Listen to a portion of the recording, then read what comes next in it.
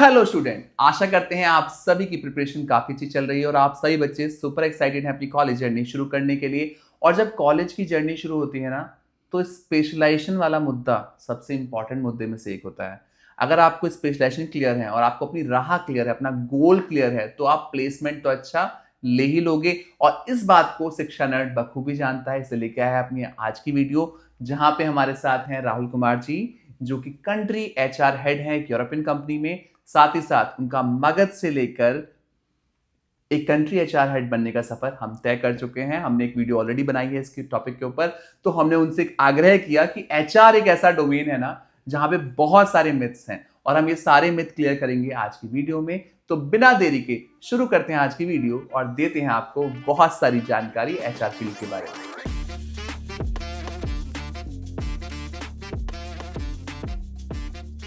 तो आज की वीडियो राहुल सर बहुत इंपॉर्टेंट होने वाली है। और ये जो बच्चे हमें देख रहे हैं ना, ये एचआर को लेके बहुत कंफ्यूज रहते हैं और बहुत सारे मिथ्स मार्केट में हैं जो आज की वीडियो में हम कवर करने वाले हैं। सर, जो हमें पेरेंट्स देख रहे हैं, अभिभावक देख रहे हैं, बच्चे देख रहे हैं, वो एचआर ह्यूमन रिसोर्स मानव संसाधन डिपार्टमेंट को लेके क्लियर नहीं है। तो सर, आप कंट्री हेड रहे हैं एक कंपनी के साथ, कंट्री हेड हैं इनफैक्ट, सर इनको क्या समझाना चाहेंगे कि प्रोग्राम ये क्या होने वाला है एचआर का? सो एचआर एक मदर डिपार्टमेंट है। राइट। जैसे घर में वो सारे काम जो मदर करती हैं वो एचआर करता है कॉर्पोरेट में। राइट। मदर क्या करती है? मदर पूरे घर को लेके चलती है। तो एचआर ऐसे रिक्रूटमेंट करता है। फर्स्ट जॉब स्टार्ट होता है रिक्रूटमेंट से। एक हमारे जो स्किल सेट चाहिए उस बंदे को लेके आते हैं कि ये we want this kind of person. उसके बाद क्या करता है? मदर क्या करती है? ट्रेन करती है बच्चे को कि लाइफ ये है, ये तुम्हारा इस रोल में हो, तुम ऐसे आगे बढ़ो, ऐसे एचआर ट्रेनिंग देता है। ओके। फिर मदर मोटिवेट करती है बच्चों, आप ये करोगे तो आपको ये मिलेगा। तो ऐसे ही एचआर क्या करता है? आपने ये गोल अचीव किया तो आपको ये इंसेंटिव मिलेगा। अच्छा, है कि नहीं है? उसके बाद क्या है, अगर मान लीजिए हमारा बच्चा परफॉर्म नहीं कर रहा होता है तो उसको हम मोटिवेट करते हैं। तो एचआर काउंसिल करता है लोगों को, यार ये परफॉर्मेंस में आपकी दिक्कत आ रही है, आप what else support you want. तो एचआर जैसे मदर करती है वैसे ही एचआर सेलिब्रेट। मदर क्या करती है? घर में कोई भी प्रोग्राम हो तो उसकी जान कौन, मदर ही तो है, चाहे होली हो चाहे दिवाली। ऐसे ही कंपनी में एचआर सबको जोड़ते हैं एक साथ में और सबको सेलिब्रेट करवाते हैं साथ में कि नहीं यार वी हैव टू, एक मैसेज देते हैं। वन फैमिली जैसे मदर करती हैं वैसे ही one company, one team, one family HR करते हैं। What else? उसके बाद आप बहुत सारी चीज़, परफॉर्मेंस मैनेजमेंट हो गया और इंडस्ट्रियल रिलेशंस की अगर बात कॉर्पोरेट में आ जाए तो कैसे हम लोग अपने गवर्नमेंट बॉडी से हमारा रोल अच्छा रहे, कैसे हेल्दी इन्वायरमेंट रहे। ऐसे ही मदर क्या करती है? सारे रिलेटिव से हमारा नेटवर्क बना के रखती है। तो जो भी एक मदर करती है ना भाई, वही एक एचआर करता है। और मेरे ख्याल से उससे बड़ा कोई एग्जाम्पल ही नहीं है। राइट। या सर, जो आपने पहला जवाब दिया है ना, मुझे बहुत अच्छा लगा और आपने बहुत स्पष्ट और सिंपल शब्दों से समझा दिया कि एचआर में क्या होने वाला है जी। एक मिथ के ऊपर हम बात करने वाले हैं। एक बहुत बड़ा मिथ है, जब हम एचआर रूल्स की बात करते हैं, एचआर प्रोफाइल की बात करते हैं, स्पेशलाइजेशन की बात करते हैं, तो बच्चों को लगता है यार ये सब चीजें ना सिर्फ लड़कियों के लिए है। एचआर का रोल सिर्फ लड़कियों को मिलता है, लड़कों को मिल नहीं सकता। सर, उन बच्चों को आप क्या कहना चाहेंगे? ये वाकई में एक मिथ है। जिसके दिल में पीपल मैनेजमेंट हो, he is the best for HR. आपको जो लड़का हो या लड़की, मान लो ये लड़की है, उसको पीपल मैनेजमेंट आता ही नहीं तो कैसे बनेगी एचआर हेड? एक लड़का है, ही इज वेरी गुड। मैं एक लड़का हूँ, I love connecting with people, तो मैं शायद एचआर हेड बन गया। मेरे दिल में पीपल नहीं होता तो मैं नहीं बन पाता। इस मिथ को हटा दें, ऐसा कुछ भी नहीं है। जो भी कम्युनिकेट करना चाहते हैं, लोगों को जोड़ना जानते हैं, सोसाइटी के लिए करना चाहते हैं, वो एचआर में आए। और बिल्कुल भी आप देखिए almost all top, all most of the HR heads, ऐसा कुछ वो नहीं है। सारे इनिशियल लेवल पे आपको लड़के ज़्यादा मिलेंगी, बट स्ट्रेटजिक लेवल पे आजकल मेल और फीमेल में ऐसा कोई वो नहीं है। इनिशियल लेवल पे होता है, बट ये प्लीज़ इस माइंडसेट को हटा दें। जो भी पीपल मैनेजमेंट पे स्किल की बात हो रही है ना, तो जिसके दिल में स्किल, पीपल मैनेजमेंट का स्किल है, जो वो प्लीज़ कम इनटू एचआर।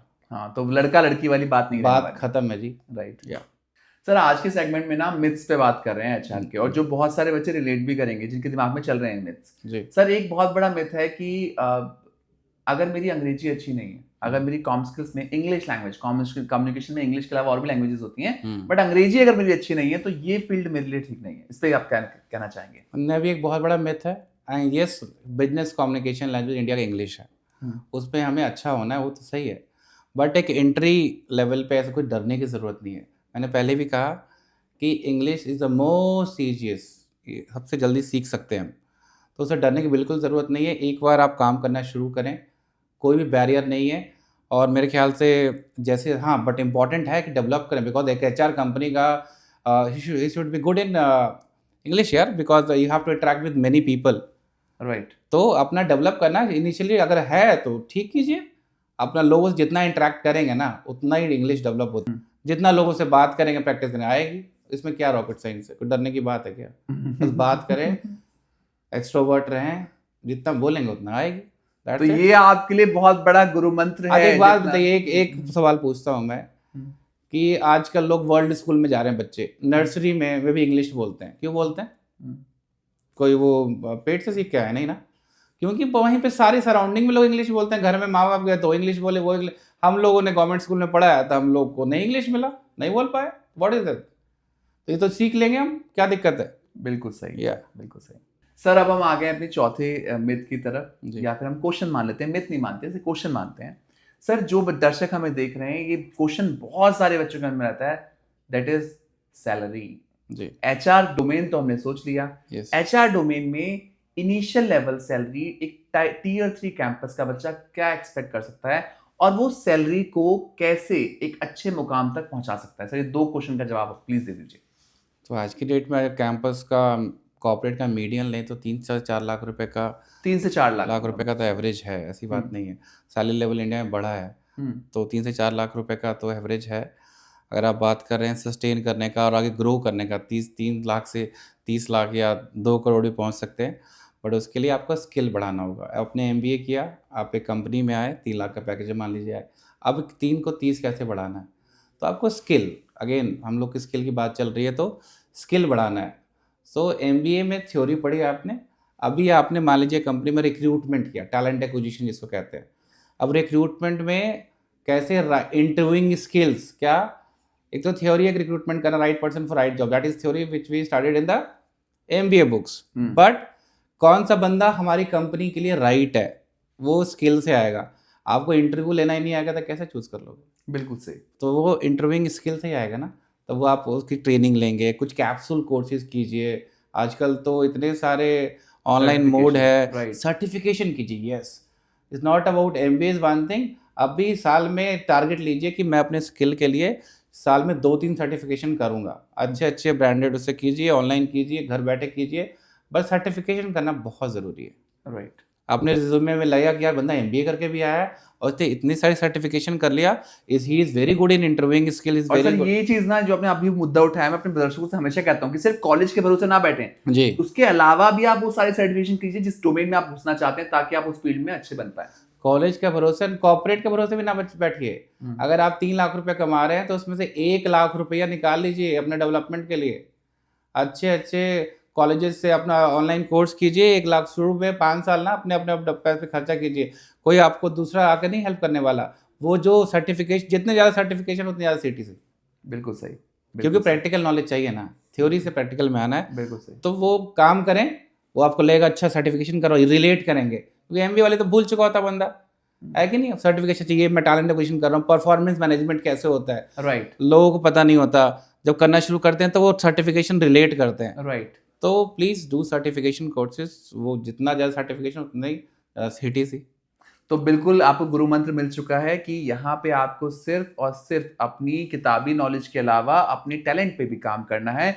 और हो सके, क्योंकि होता है जब हम एमबीए कंप्लीट कर लेते हैं राहुल सर, उसके बाद भी कई सारी चीजें ऐसी होती है जो मार्केट में नहीं आती जाती हैं। और कई बार कंपनी उस पर खर्चा नहीं करेगी, आपको खुद खर्चा करने का पड़ेगा। ये आपने बिल्कुल सही कहा, तो इस चीज का ध्यान रखें। सर बहुत मजा आ रहा है आपसे बात करके, और मुझे लगता है कि आपने ना एचआर में जो जो पॉइंट्स बताए हैं वो बहुत मतलब जो एक्सपर्ट होगा ना इस फील्ड का वो बता सकता है, क्योंकि आपको बारीकी से पता है कि इस डोमेन में क्या क्या चीजें मिलने वाली हैं। सर लास्ट हम एक क्वेश्चन ले रहे हैं आज की चर्चा में। पढ़ाई हो गई है, एमबीए कंप्लीट हो गया है, पीजीडीएम कंप्लीट हो गया है, एचआर के फील्ड में हमने पढ़ाई कर ली है और जॉब भी मिल गई है, जो आपने कहा। अब जॉब मिलने के बाद सबसे बड़ा डर आज की जो जेनजी जनरेशन है हमारी, उनका डर है जॉब पे रिटेंशन का, कि वो जॉब कितने दिन तक रहेगी। तो ऐसे बच्चों से आप क्या कहेंगे जो डर रहे हैं कि यार मेरी जॉब अगर चली गई जल्दी तो क्या होगा, और एक अच्छे रिटेंशन रेट के लिए इन बच्चों को क्या करना है? यस, जॉब मिल गई, जॉब कर रहे हैं, आपको कुछ दिन बाद जब जॉब करते हैं तो आपको लगता है यार मज़ा नहीं आ रहा, I am not happy with my job, पहले देखें कि जो इस कंपनी का कल्चर कैसा है। If that culture is not fitting your behaviour और जो भी है, प्लीज़ चेंज दैट कंपनी। आप राइट ऑर्गेनाइजेशन में जाना भी बहुत ज़रूरी है। जो कोई पहली कंपनी में मेरे में शायद मेरी कम जो भी मैं कर रहा हूँ उसमें मेरी पहली कंपनी का बहुत बड़ा रोल है। पूरी ज़िंदगी आदमी वैसे ही बिहेव करता है जैसे पहले कंपनी में काम कर, जैसे हम पहले कॉलेज में जैसे रहते हैं ना, उस कॉलेज का वैल्यूज़ जो है ना हमें लाइफ लॉन्ग चलाता है, ऐसे पहले कंपनी का वैल्यूज़ हमें लाइफ लॉन्ग चलाता है। कोई किसी लाला कंपनी में गया तो वहाँ पे लोग स्पूनिंग करते हैं, पता नहीं क्या क्या करते हैं, तो वो उसका बिहेवियर में आ जाता है। कोई एमएनसी में गया ओपन कल्चर की बात करता है। तो choose right organization is also a very much, package is one thing, value based organization choose करना भी बहुत बड़ा है। अगर आप वैल्यू बेस्ड ऑर्गेनाइजेशन में हैं तो मुझे नहीं लगता कुछ डरने की ज़रूरत है। तो राहुल सर, इसमें आपने एक बहुत इंपॉर्टेंट मुद्दा उठाया है कि पैकेज से ज्यादा इंपॉर्टेंट है सही कंपनी का चुनाव। तो सर इस पे ही बता दीजिए कि क्यों इतना इंपॉर्टेंट है। बहुत इंपॉर्टेंट है। आप लोग देख रहे हो आजकल तो पूरा ही वैल्यूज़ का ज़माना है, लोगों के पास बहुत सारा पैकेज है बट हायर एंड फायर चलता रहता है। एक बार में एक मेल में हज़ारों लोग चले गए। ऐसी जगह प्लीज़ ना जाएं। Just check the authenticity of the company का कल्चर चेक करें, लोगों से फीडबैक लें, लिंक्डइन पे लोगों से नेटवर्क बनाएं, है ना। ग्लास डोर हो गया, हाँ ग्लास डोर हो गया, ऐसे लोगों से ऐसे नेटवर्क में जाएं।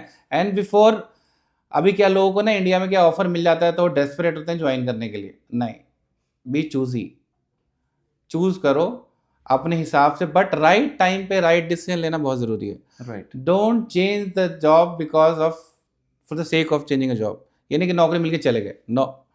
जस्ट सेलेक्ट, जैसे एचआर सेलेक्ट करता है ना आपको कि राइट पर्सन, ऐसे ही एक कैंडिडेट ने भी सिलेक्ट करना चाहिए। इंडिया में क्या है कि जो कंपनी होती है वो अपर रहती है, कैंडिडेट नीचे होता है, वो नहीं, ऐसा नहीं करने का। जैसे वो वैल्यू सिस्टम से ऐसे ही आपको चेक करना है कि मैं ये कंपनी मेरे लायक है कि नहीं है। जैसे मुझे I love to work in European companies और वैल्यू बेस्ड कंपनी, चाहे इंडियन क्यों ना हो। तो मुझे पता है कि जहाँ पे ह्यूमन की कदर ही नहीं है तो मैं वहाँ कुछ नहीं कर रहा। वैल्यू फेल्ड, मैं सारी थ्योरी मेरी पानी में चल जानी है। जहाँ पे इंसान की कदर ही नहीं है तो वहाँ मैं फेल, मैं नहीं कर सकता। मैं तो बिल्कुल सबसे वर्स्ट बंदा हूँ, सबसे बेकार आदमी हूँ। मुझे पता है कि जिस कंपनी में लोगों की कदर है वहाँ जाऊँगा ना मैं, वहाँ पे कुछ कर सकता हूँ लोगों के लिए। तो जनरली चाहे इंडियन हो चाहे एमएनसी हो, please choose a company. Otherwise तो भागते रहेंगे जॉब पे चलते रहेगा आपका, और में नंबर ऑफ जॉब चलता रहेगा। Choose a company which is right for you, and skill होगा आप में तभी चूज कर पाएंगे। स्किल नहीं होगा तो फिर तो जो आएगी मिलती जाएगी वो करते रहेंगे।